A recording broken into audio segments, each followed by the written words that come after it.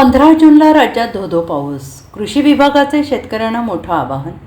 L निनोचा मोठा इशारा महाराष्ट्रात देण्यात आला. एल निनोमुळे यंदा राज्यात पाऊस कमी सांगितला आहे.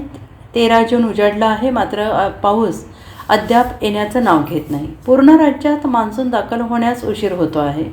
पेरण्या रखडल्या आहेत. कृषी विभागाने शेतकऱ्यांना आवाहन करत सांगितलं, जोपर्यंत कृषी विभागाकडून सांगितलं जाणार नाही तोपर्यंत पेरण्या करू नका. त्यामुळे दुबार पेरणीचं संकट राहणार नाही. मात्र कृषी विभागाच्या आवाहनानंतर अनेक शेतकरी पेरण्या करत आहेत.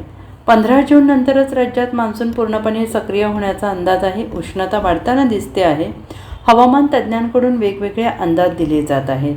भारतीय हवामान विभागाच्या अंदाजानुसार राज्यात 15 जून 2026 नंतर पावसाची शक्यता आहे.